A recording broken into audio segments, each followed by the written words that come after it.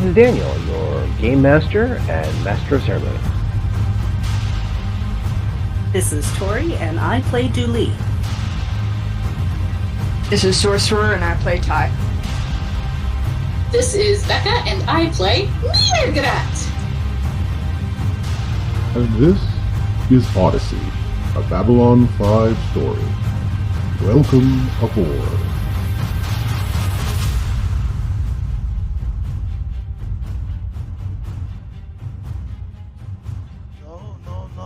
No. Anita, you cannot have that in the first act. You have to save that for the denouement, or else we're going to lose the whole audience. And I don't care if your performance is excellent. I don't care how many people will be performing with you.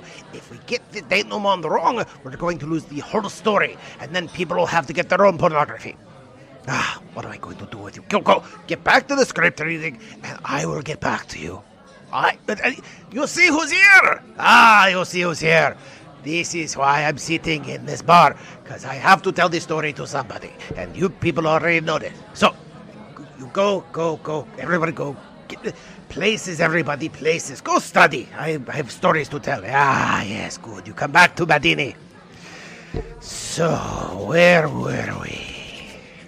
When last we left our intrepid adventurers, we had Mirgrat returning to us, who had done some investigation and had found that one of her own people had taken the drug amber and was now in a state which they would refer to as a spiritual state, a comatose state. But from my eyes and from their eyes, it was something else entirely.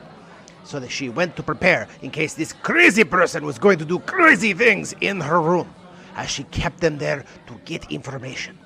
In the meantime, Ty and Dooley, who had begun this whole adventure of trying to do investigations, had found themselves trapped in a dealing of their own making with the local underworld to interrogate Benny.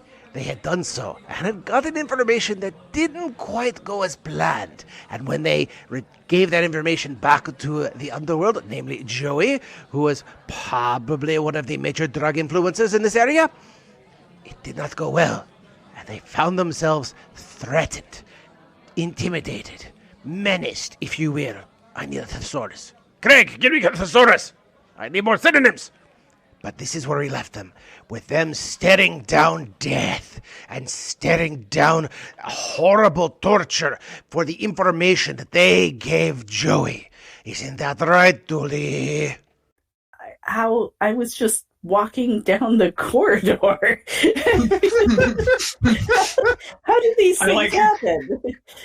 Glare at her slightly, since this was all her idea. I just wanted to go home for a little while and then get back to it at this meeting that I have in, a few hours with this other guy.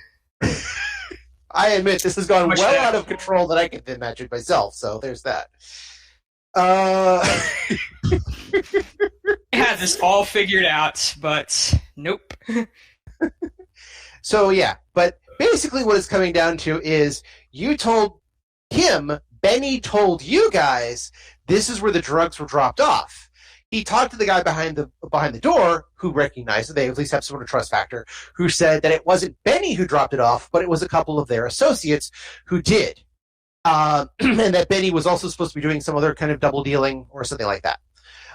So your story and their story don't mash up. And since they trust the person on the other side of the door, Frankie, more than they trust you guys, now they think, well, who's the lying part here? It's got to be you guys. So what exactly is it that you're not telling us?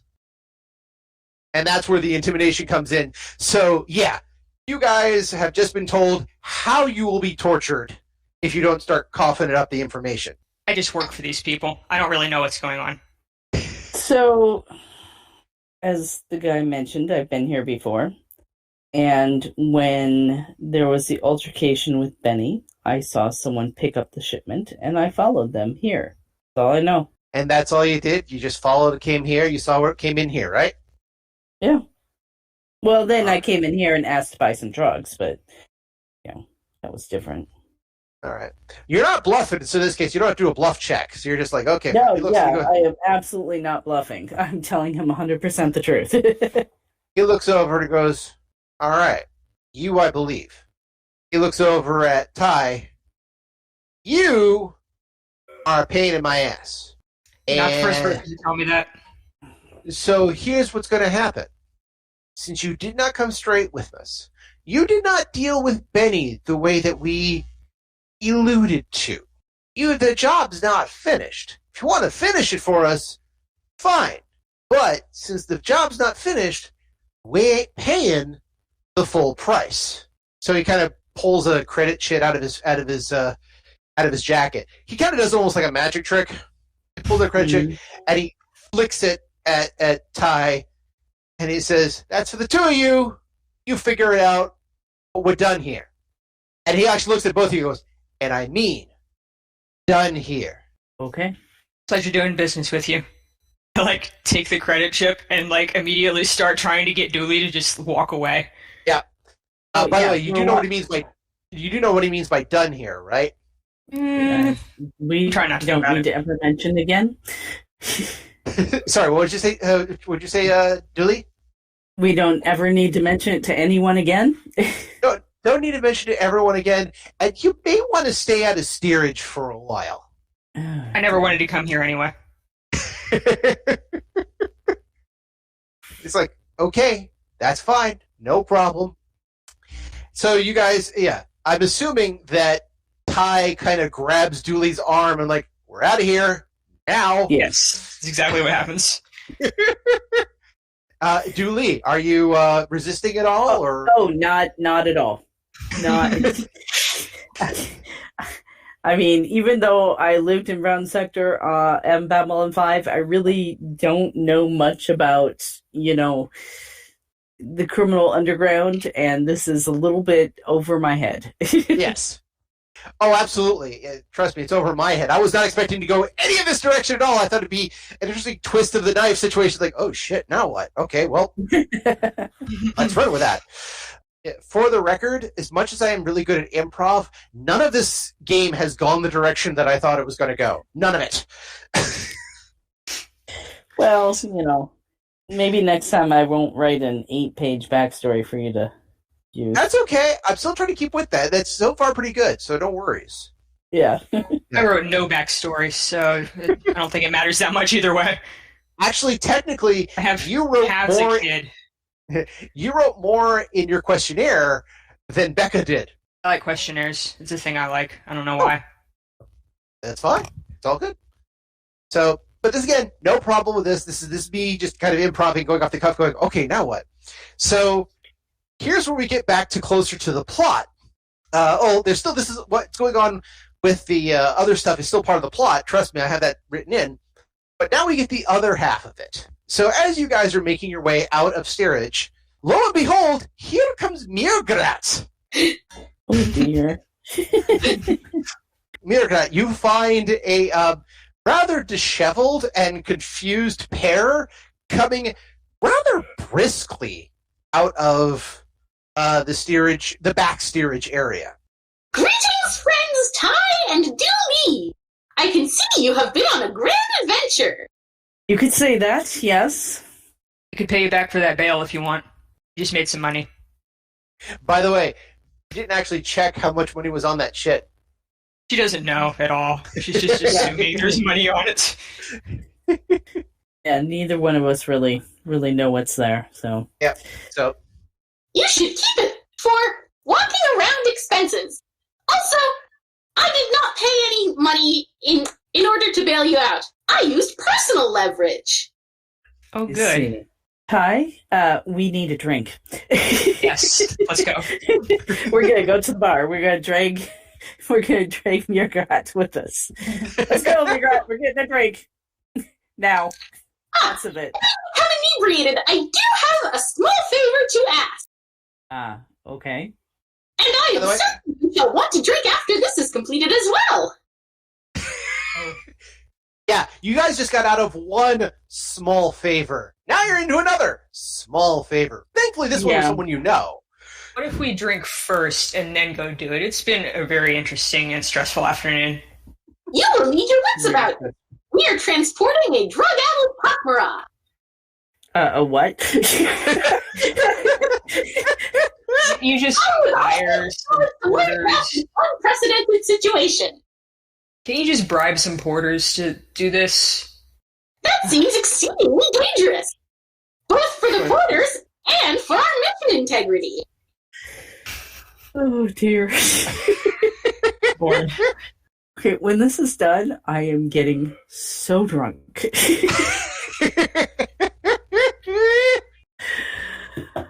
All right, and how are we transporting him? I am unclear as to that in specific. Can he walk? I am also unclear as to that in specific. How do we become clear? I imagine the best way to do so would be to release this individual from the capsule bed in which they are confined. What? Why? Why can't we just transplant them in the capsule bed? Because it is inside a wall. Okay, that's fair. Yeah, got a point there. I do not wish to give damages to the ship authority. Lead the way. We will follow. All right, I'm going to lead them to the capsule bed where this individual is confined. Okay. Yes, it's still in steerage, but it's in the pak'ma'ra sector, which, Ty, this is your first foray into the pak'ma'ra sector. It's, as always, an adventure. So, again, for Ty, it's like, okay, been there, done that, but at the same time, it's the been there, done that, but oh, wow, this is something else entirely. But okay, yeah, I've been in a lot of porta potties, but that doesn't mean that they're not always kind of gross and weird. I get it. Yeah, exactly. They're often like shades of gross and weird that are all slightly different, which is awful. Yes. Because you can't get used to the one type because that type doesn't always happen. Exactly. Mm-hmm. So yes, you're having an interesting time of disgustingness, but you come across one of the capsule beds or coffins, as you will.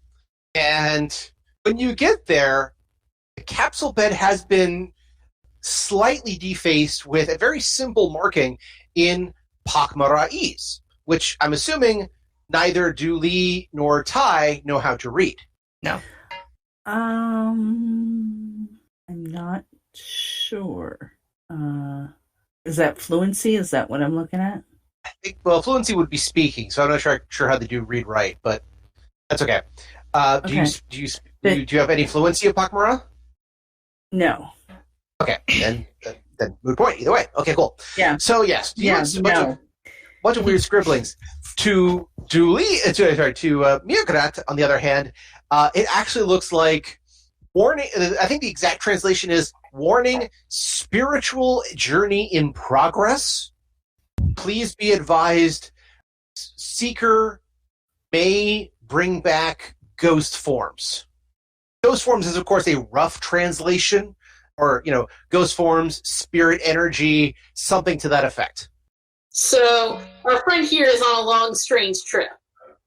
That's basically what it's saying there, and because the pak'ma'ra are also very spiritual people, they've taken it as a basically a warning of, it's not he's on a strange trip. It's closer to, this is a sweat lodge going on, and the person inside is going through a mystical, unknowable journey. Please don't bother them for your sake as well as theirs. I mean, yes, but also we need to deal with this Amber situation. Mm-hmm. And if, honestly, the fact that they may communing with some entity that could give us greater insight to this issue, makes me want to have access to them even more. Okay. Because, Mirgrat, like most pak'ma'ras, is quite spiritual, but they're also a pragmatist. And, they understand that, yes, belief is important, but also, universe helps those that help themselves, dog. Exactly. So, I am going to punch in the code to unlock the capsule bed and just kind of, ease it open a tiny bit. Okay. So, I'm trying to figure out Again, I'm still wondering how this all works, but I will do what I can. All right. As you open the bed, again, the capsule opens, and you hear the completely untranslated pak'ma'ra. And to Dooley and Ty, it sounds like the groanings of a madman who is in the middle of brain surgery without any anesthetic. To Mirgrat, on the other hand, it is part of a singing, but that is out of disharmony. That is talking about they are seeking the way. Not all of them are collected, but they are seeking the way. They see what they see, and they know what they know, and from that they grow and grow. It's a kind of interesting song pattern and kind of mystic stuff. And he's like, but they come, they hunt, they are old and they are dead, and they come, they come, they come. They are long gone, and yet they come, they come.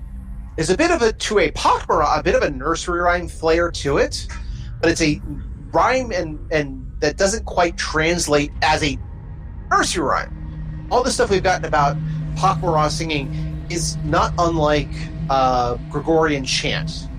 So to go from Gregorian chant, which is very smooth, melodic, deep, resonant, and just beckoning in all sorts of forms, spiritual and enlightening, to a nursery rhyme, not unlike you'd hear from like Barney the dinosaur, is a little disquieting.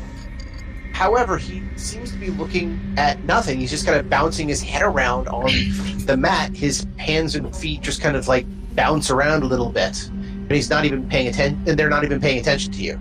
All right. I think I'm just going to start slowly, like, easing them out of the capsule bed. Like, you know, when you're like babysitting drunk, like people who are drunk or super high, where like, as long as you do things like slowly and smoothly and easily enough, they'll just kind of like do whatever you position them to, because they're like off in their own little world. And so like, as long as you keep their body like going slowly enough that they can just kind of like integrate whatever is happening to them physically with whatever's like going on up in their headspace, they're just gonna like go along with it. Yeah, I'm gonna do that. Okay, so let me see if I can figure this out, because we're getting to an interesting point. As you touch their feet, and kind of the whole, it'll be okay, we're gonna go, it's gonna be fine, the reassuring parts of this, that pak'ma'ra raises his head and looks at everybody they can see from the cabinet. Okay. Which is the three of you. And as far as I can tell, there's only one person. I'm trying to look for how the resistance are doing. All right. I need I think it's a will save from everyone, except for Mirgrat. Does Mirgrat have Mind Shield? Mind Shield is a telepathic ability. Yes, I mean, I believe I have it. Give me just a moment. Go for it. I rolled a 22. Okay. I did this wrong last time, but it's okay. It was funny. Well, you didn't just realize that. It wouldn't have mattered anyway. That's all right. There we go. Well, okay. It still doesn't matter. That's terrible. Whatever. I'm having a bad day, you guys. It's all right. I have one character that in one of Dan's other games that would consistently roll low on almost every roll except to hit the enemy. Yes, I have Mind Shield, because all telepaths benefit. Okay. So, here we go. Any living creature sustained to make a will save to resist its effects. The subject may always choose to forego the will save and automatically allow it to take effect. Will save against telepath ability is made at a DC equal to 5 plus the telepath's T rating, the character's telepath level plus telepath charisma modifier. Okay. If the will save is successful, the telepath suffers 1 point of non-lethal damage, and the ability fails to affect the target. If the will save is a failure, the ability works upon the target. Mundanes will soon come to realize, yada, yada, yada. It doesn't say what happens if you actually have telepathy, other than it would be a resistance check. So, yes, Mirgrat would not use a will save on this one. You would instead roll 5 plus your... Yeah, choose. You have to... Well, it still would be a will save, I guess, but you would add your telepathic level and rating to the roll. Okay. So my P rating plus the number of ranks I have in telepathy? I believe, if I'm reading this correctly, again, hopefully I'm reading this correctly, that's true. So, and that's in addition, I add that to my will save? Yes. So it's your will plus your telepath rating plus your telepath level. You're only a first level telepath, so there's that. Yeah. Plus a d20. And then you have to beat a certain concentration level. All right. Math has been done. Math has been done. Go in peace. Okay. All right. Not bad. Not bad. Now, granted, I have to figure out a few things here anyway. Okay. Give me a second here. So immediately you all feel everything shake. Like, it's not just the ship shaking, but it's like reality shaking as a whole. Ooh. And yeah, I probably did that a little off. That doesn't matter. I'll deal with that later. All right, fine. By the way, Mirgrat, I got your point value off, but that doesn't matter. I'm just gonna run with this. Right. So, all right. Let me pull this out real quick. I'm pulling out the cards.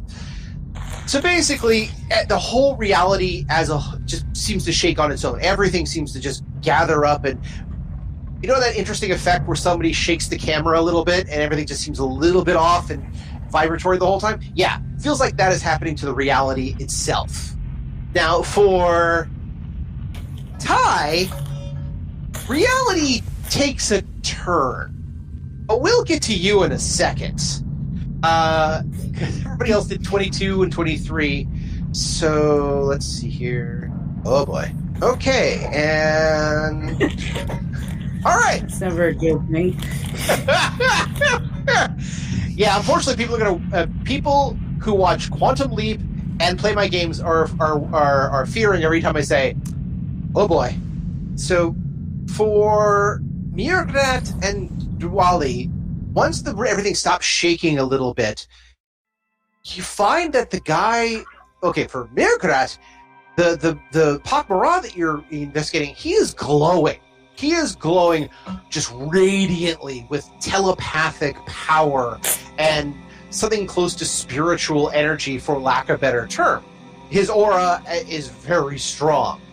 But he's, as far as you can tell, it's like the universe is just you, them, and your compatriots.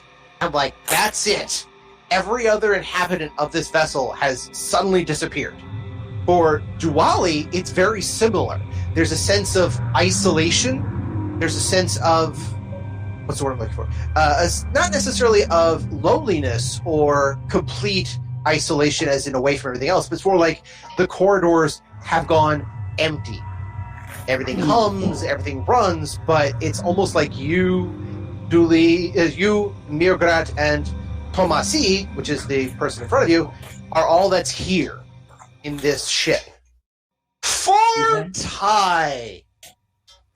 Oh. Poor Ty. She's been having a rough week. She's been having a rough week. Visions aplenty, constantly. Yes. Many visions. Okay, I'm going to get to Ty in a bit because that's going to make a great cliffhanger, and I think we're going to need that pretty quick because it is Ion 5. So, basically, for Duli and Mirgrat, Tomasi doesn't so much as climb out as so much as elevates out. You know, just kind of rises up as if on a spring-loaded bed, slides out, feet first, hands, open at the side. Might as well have have full stigmata on at this point.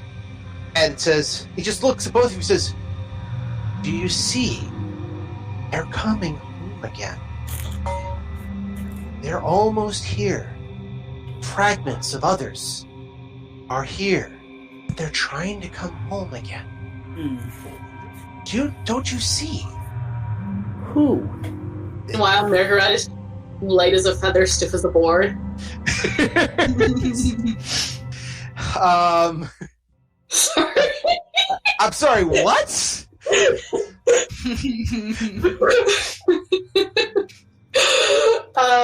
Okay, so you've never seen The Craft, that's fine. I have seen The Craft.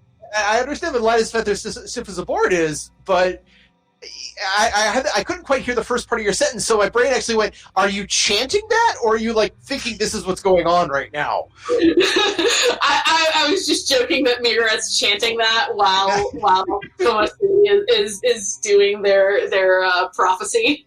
Exactly. So, what the hell? So who are they? They're a mixed bag, Masi says to Dooley. There are fragments here and there on the ship. Strange occurrences. That's the passage of them and theirs. They are waiting for things to awaken and waiting to return. But that time draws ever nearer. The Guardians have been shredded, and the titles they used to know are now available. The thrones are now empty, and only the serfs are able to defend it. Now is the time that they can claim the thrones themselves, and then do as every other household does amongst themselves. And he kind of like, he doesn't so much as pick up a cube of amber, so much as like does the, levitation hand trick, that you see from Jedi as your Scarlet Witches. He says, this is a part of it, but this isn't all of it. This is the messenger. This is a messenger that has been found and recreated. Don't you see? The message is being perverted, but the message is still there. And the message in the end is they are coming. Don't you see that? I just look confused. I mean, I kind of look down at Margaret. That just sounds like religion. Can you give me an insight? I don't know what he's talking about. I believe we are at the crux of religion and history. This is absolutely fascinating. Can you give me a little bit more information? What is he talking about?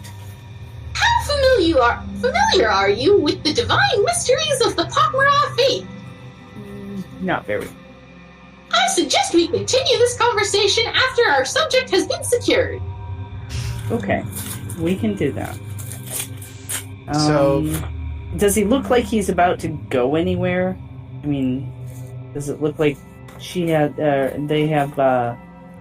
Margaret has them in hand? well, he doesn't look like, Tomasi doesn't look like they're going anywhere other than, levitating. I mean, at least they're easy to carry, right? I'll gesture for you to lead the way. Yeah, I'm just gonna kind of tug him along then. Okay. So you kind of know will you follow us? And he says, I will follow you, for you will know what to do. And doesn't so much as walk behind you guys, so much as floats. I mean, you can't get closer to either religious iconography or, quite literally, when a game animation breaks and that character is stuck in a certain pose, usually the arms out, legs slightly wide pose, and they just kind of move in those direct patterns. You ever seen a game glitch like that? Yeah. Yeah. No, but I can picture what you're talking. Yeah. If you ever need a decent example that you can pull out, there's a side quest from Borderlands 3, which kind of literally involves a quest that doesn't work. So that's a good example. But yeah, it's that same sort of the body just kind of levitates and moves in a direct line. But Tomasi follows you, and you make your way up to the secondary quarters, back to Mirgrat's quarters, and he allows himself to be restrained, and he allows himself to be put into the prepared room that has... By the way, I don't know if this would be a beautiful situation of Dooley looks over, and there is dog collars, BDSM restraints, chains, hooks to a wall, spreader bars, and duvet covers covering the walls. Clarify right quick. I just vanished and everybody forgot I existed for a sec. Hilarious. Keep going. Don't worry, there's a purpose for that, and we'll get to that. Hilarious. So he allows himself to be restrained. Oh no! I mean, I'm not going to restrain Tomasi. I was worried we were going to be dealing with someone who's on PCP or whatever. Mm-hmm. I mean, this pak'ma'ra is just having a serious religious experience / trip.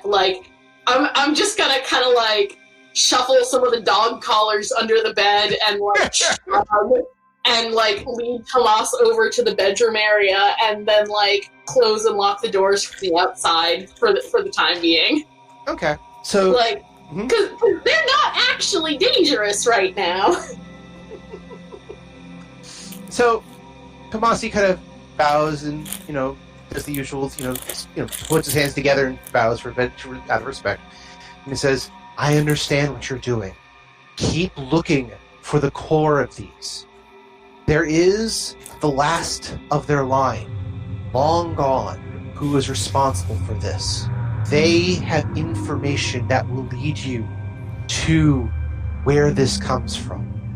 And where this comes from is ancient. But that ancient will be new. Very, very soon. And at the heart of it, there is something beneath a planet that is waiting for the three of you. And has been waiting a long, long time. When you find it, you will know. And then you have the opportunity of true freedom. Shit, the churn's coming! The churn's coming!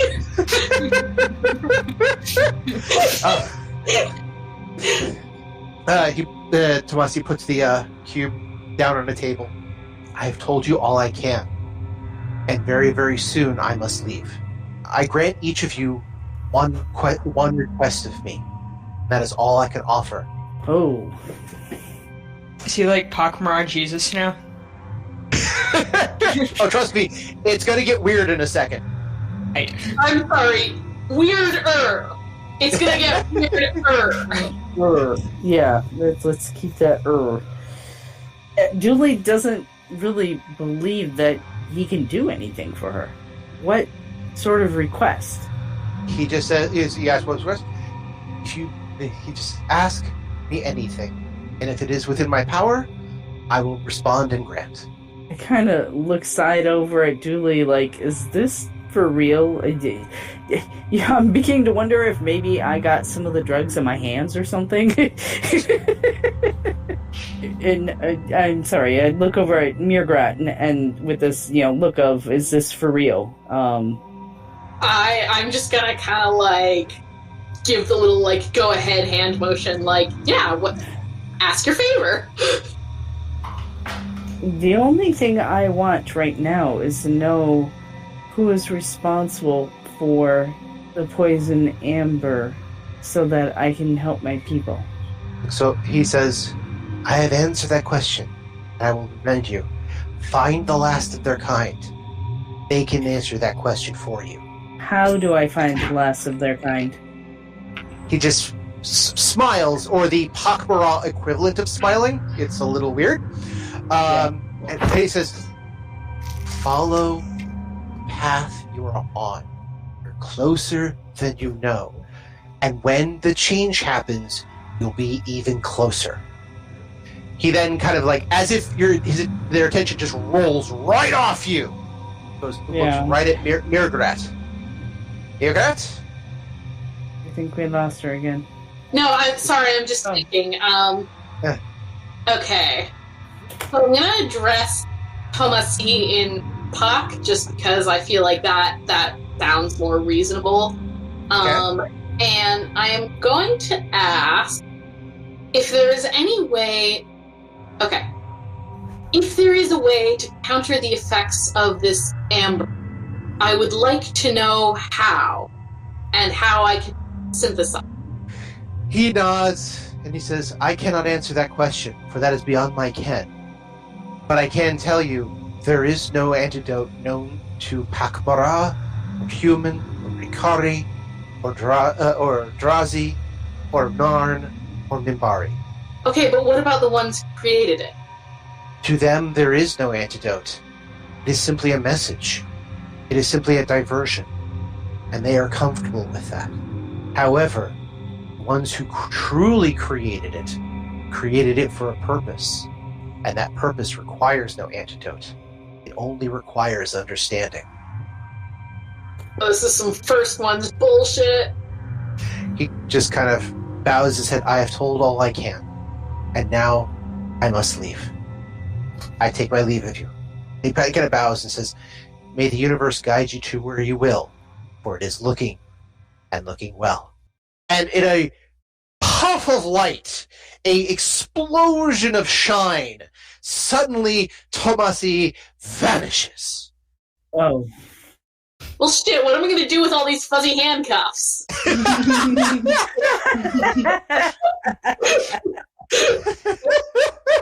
You say that out loud?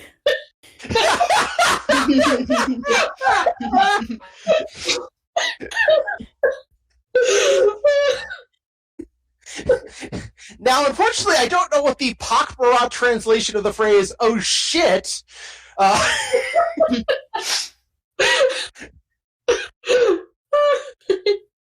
mean, I don't think it's quite by Odin's beard or zounds, but, whatever. I'm going to have to give some serious thought into, what forms the basis of pak'ma'ra profanity. Yes! So, that's where you guys are. Let's go back to Ty. Oh boy.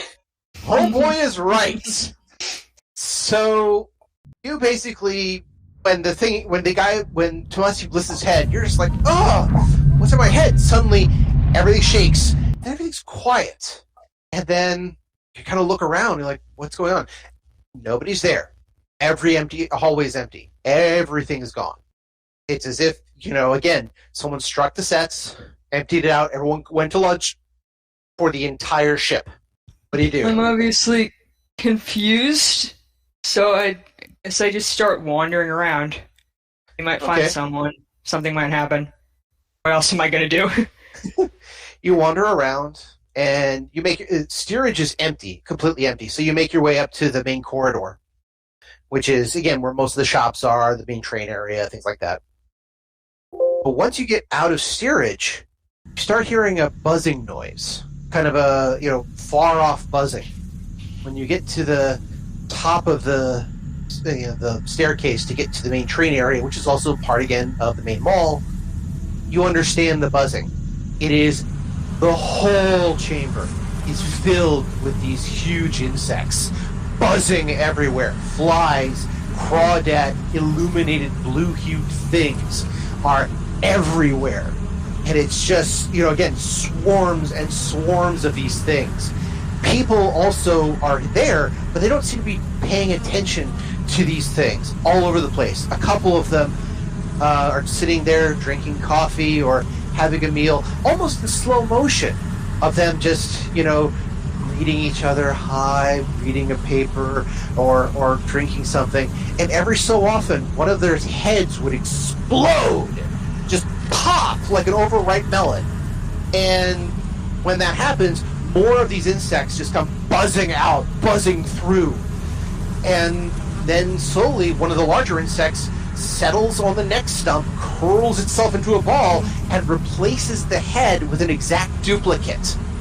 And continues reading the paper, drinking coffee, saying hello to somebody who never even noticed that the person they're with had their head explode. And they just seeing that left, right, and center over and over and over again. Everywhere you see these images.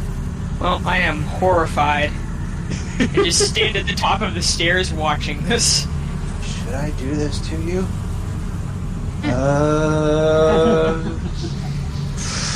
Okay. 3 more cards. Alright. So, while you're there, all of a sudden, Joey, the guy, the big thug you had dealt with a few moments ago, comes up the stairs and goes, "Hey, you like it? Beautiful, ain't it? Oh, by the way," he just looks over you, he just starts nudging you in the shoulder. "Hey, you like it? It's just amazing, isn't it?" It's amazing.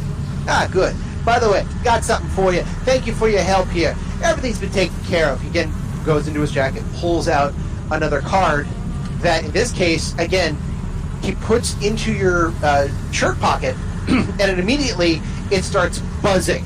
Like, I smack the shit out of myself. He says, hey, don't worry. See, it's not what you think it is. Pop! His head explodes. Holy crap. Behind him are 2 other people. They're dressed strangely. All in dark and all black. Kind of suits. Kind of not. But there's this kind of haze of black around them. And they look over and says, "Oh, that happens. Don't worry. When you understand, you'll be there. Just keep an eye, know what you want, keep your eye on the prize." They literally just as if they're doing small coaching to you. They're just talking to you. They're at the bottom of the stairs? They're on the stairs? They're on the stairs with you. They're kind of behind the Joey who exploded. I run away into the hallway with all the fucking bugs, I guess. You run into the hallway of the bugs. They're like, "No, don't. It's not what you think it is." There is a Mimbari who is amongst the bugs. He is kneeling, praying, and as he prays, he glows. He glows. The glowing tendrils go out and flick the bugs away. Each of them, whenever a tendril hits, a bug is kind of zapped away in a video game.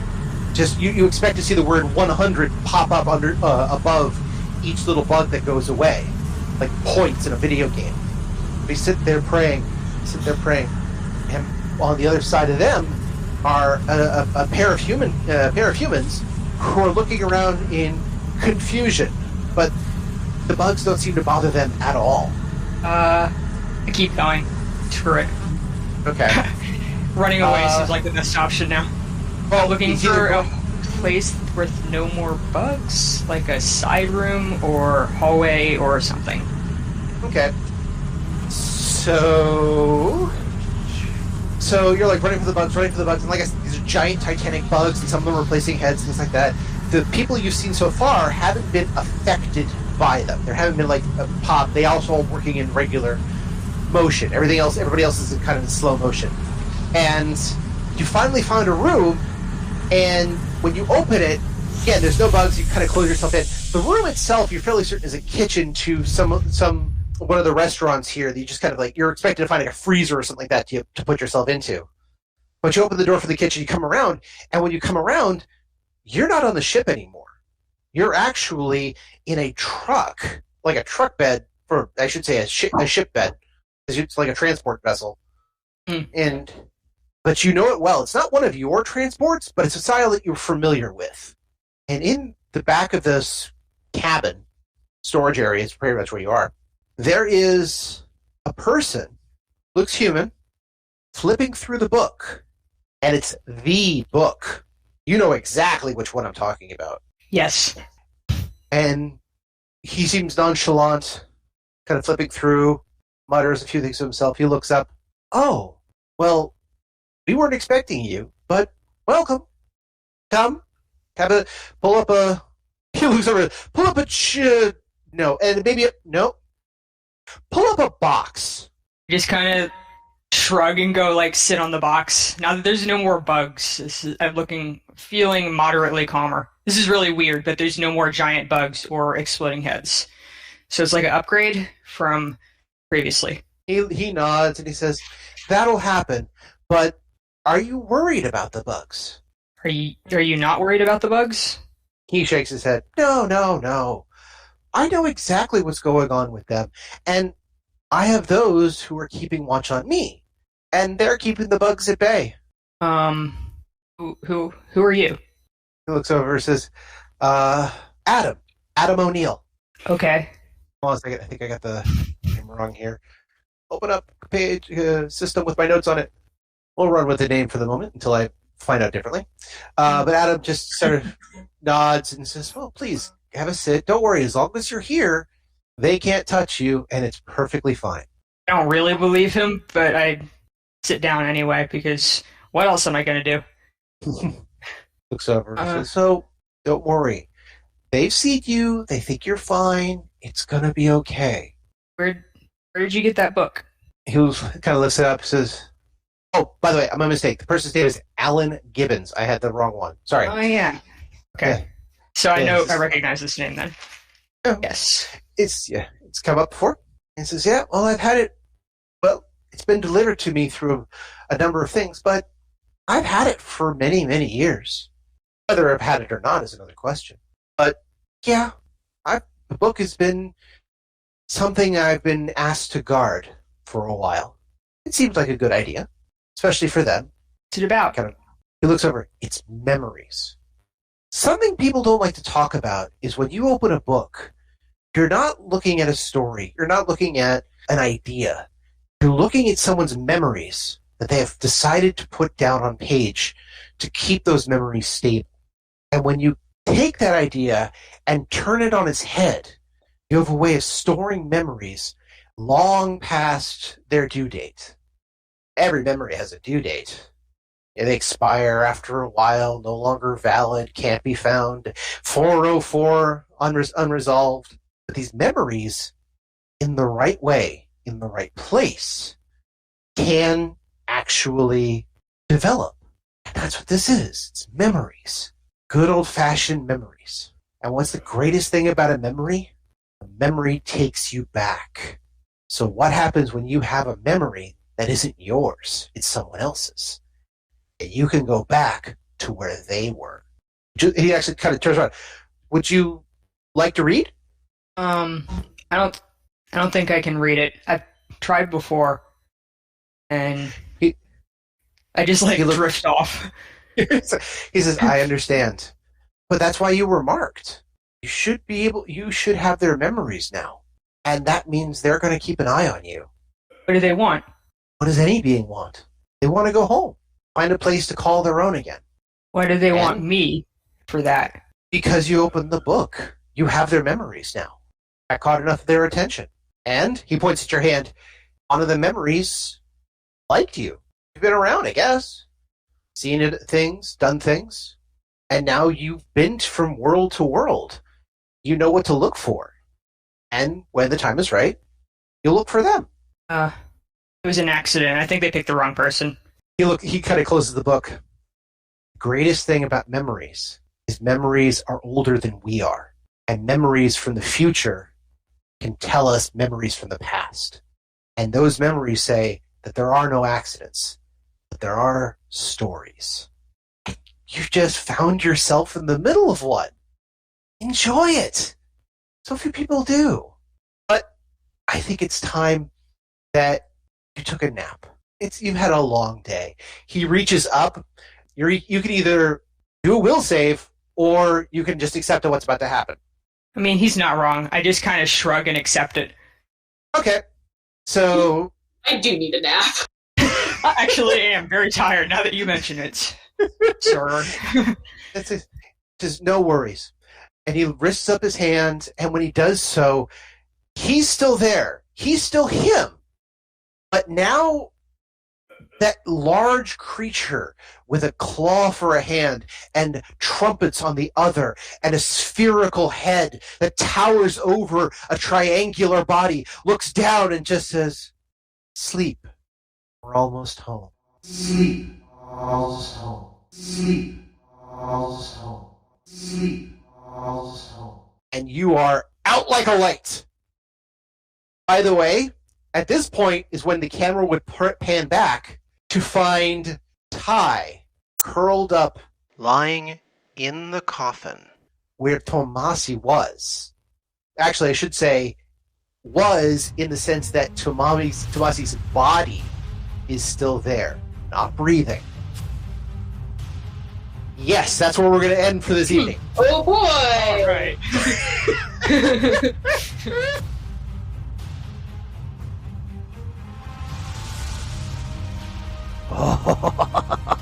And so what do we have? Visions, prophecies, Ty sleeping with the corpse. See what Padini has to offer you. Has the greatest stories. But there is more story to be told. How can I leave with a cliffhanger like that? Of course I can. But now you must come back to visit Padini next time. If you'll excuse me, I have to get back to my script rewrites. These things won't take care of themselves. Elena! Ah, that girl is never around when you need her. Find me a script, girl. Go! And where is my thesaurus? And that's where we end for this week. I want to thank everyone for joining us and hope you continue to join us every 2 weeks for another episode of Odyssey. If you have any questions, comments, constructive criticism, or just want to say hi, then you can find us at temporalplaygrounds.com/Odyssey or email at temporalplaygrounds@gmail.com. Babylon 5 was created by J. Michael Straczynski and is owned by Warner Brothers Domestic Television. The Babylon 5 role-playing game was produced by Mongoose Publishing utilizing the OGL gaming license of D20. Our theme music was composed by Evan King. His song Titan Striker is available on YouTube and at evankingmusic.com. Incidental music and background was provided by Tabletop Audio at tabletopaudio.com. Please see websites for more information. Again, I am Daniel, and I thank you all for joining us on this adventure. Good night, and keep dreaming.